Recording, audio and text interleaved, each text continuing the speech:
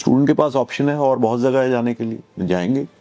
क्योंकि इतनी स्क्रूटनी करने के बाद भी अगर सक्सेस रेट उतना नहीं है जितना होना चाहिए, so I think students should look for other opportunities. Australia से सिग्नल अच्छे नहीं आ रहे हैं। सिग्नल इन द सेंस कि परेशान हो गए हैं लोग, परेशान हो गई हैं यूनिवर्सिटीज।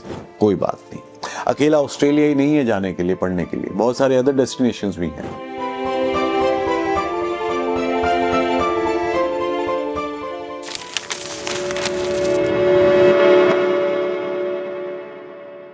दोस्तों, आप सभी जानते हो कितना भी हम चाहें, ऑस्ट्रेलिया से सिग्नल अच्छे नहीं आ रहे हैं। सिग्नल इन द सेंस कि परेशान हो गए हैं लोग, परेशान हो गई हैं यूनिवर्सिटीज़, बट समझ में नहीं आ रहा कि एम्बेसी या वहाँ की जो पॉलिटिकल डिस्पेंसेशन है वो चाहती क्या है।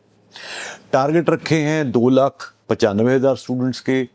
फेब्रुअरी इनटेक निकल चुका है, बट अभी तक समझ में नहीं आ रहा है कि किस तरह से अपने टारगेट पूरे करेंगे। और जो हिस्टोरियंस या जो पुराने इस इंडस्ट्री से जुड़े हैं वो कह रहे हैं कि हमने तो ऐसा ट्रेंड देखा ही नहीं पिछले 26 साल में जो अभी चल रहा है।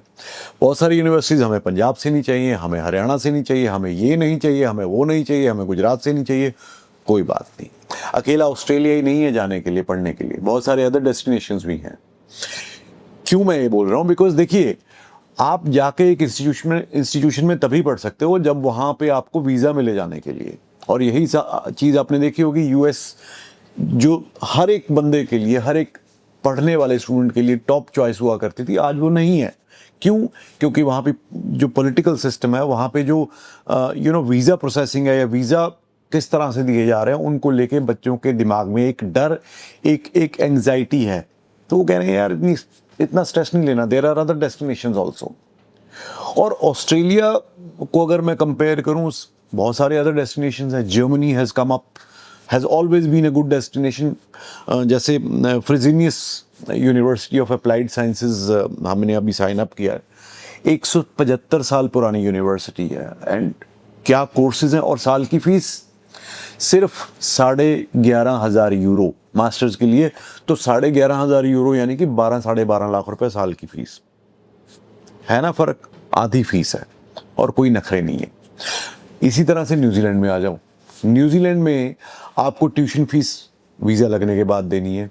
कोई वहाँ पे जीटी कंप्लायंट नहीं है। सिर्फ एक चीज़ का कंप्लायंस है कि आपके फाइनेंशियल्स होने चाहिए। फाइनेंशियल्स अगर हैं तो थोड़ी बहुत प्रोफाइल भी ऊपर नीचे है, चल जाएगी। न्यूजीलैंड आज की डेट में वीज़ा दे रहा है, प्रोसेसिंग टाइम जो है 2 से 3 महीने के बीच में, बट एटलीस्ट आपको वीज़ा तो आ रहे हैं ना।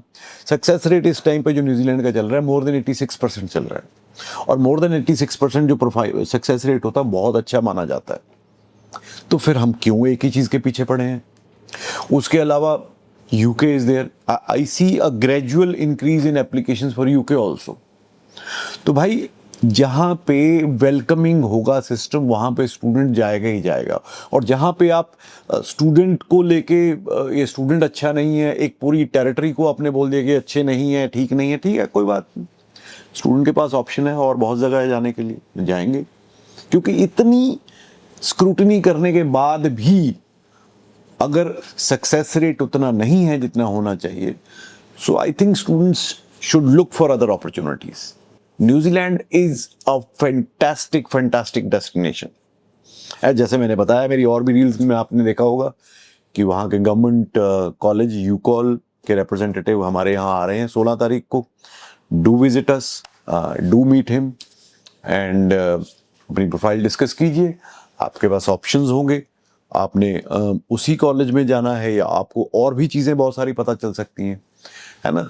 सो अच्छा, एक और चीज़ जो मेरे को बड़ी अच्छी लगी, स्पेशली इन यूकॉल, एक एग्जांपल लेते हैं। सपोज 2024 में किसी बच्चे ने +2 पास की और उसने लगा कि नहीं यार, क्योंकि 2024 एकदम डिप आया था स्टडी अब्रॉड के लिए, बच्चे ने डिसाइड किया कि भाई मेरे को अभी नहीं जाना है, मेरे को यहीं एडमिशन लेनी है। सपोज किसी ने BCA में या BTech में एडमिशन ले ली इंडिया में।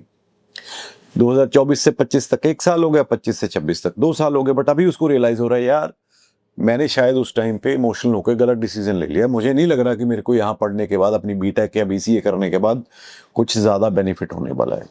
तो इस केस में ऑस्ट्रेलिया क्या कहेगा, नहीं जी आप पहले अपनी बीसीए या बीटेक पूरी करो, हम तभी लेंगे, हम आपको ऐसे नहीं ले सकते।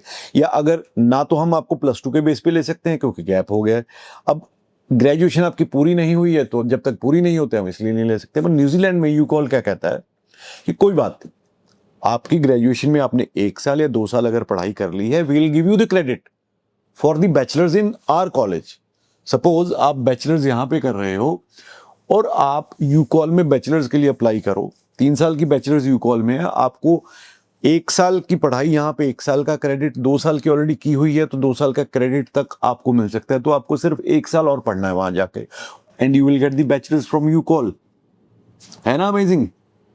हाँ, पोस्ट ग्रेजुएट स्टडी राइट जो है वो इस केस में जितनी आप पढ़ाई न्यूजीलैंड में करोगे उसके मुताबिक ही मिलेगा। जनरली बैचलर्स के बाद 3 साल का, क्योंकि 3 साल आप वहां पढ़े, बट अगर वहां पे बैचलर्स में आपको 1 साल का क्रेडिट यहाँ की पढ़ाई का मिल गया और वहां जाके 2 साल की पढ़ाई की तो 2 साल का ही पोस्ट ग्रेजुएट वर्क परमिट मिलेगा। बट कोई बात नहीं, एटलीस्ट आपके पास उसके बाद रेजिडेंसी का तो, क्योंकि बैचलर्स हो गई 5 पॉइंट मिल गए, 2 साल का भी अगर वर्क परमिट है तो you get work experience to complete that 1 year of उसका जॉब का। 6 पॉइंट हो गए, फाइल फॉर द रेजिडेंसी।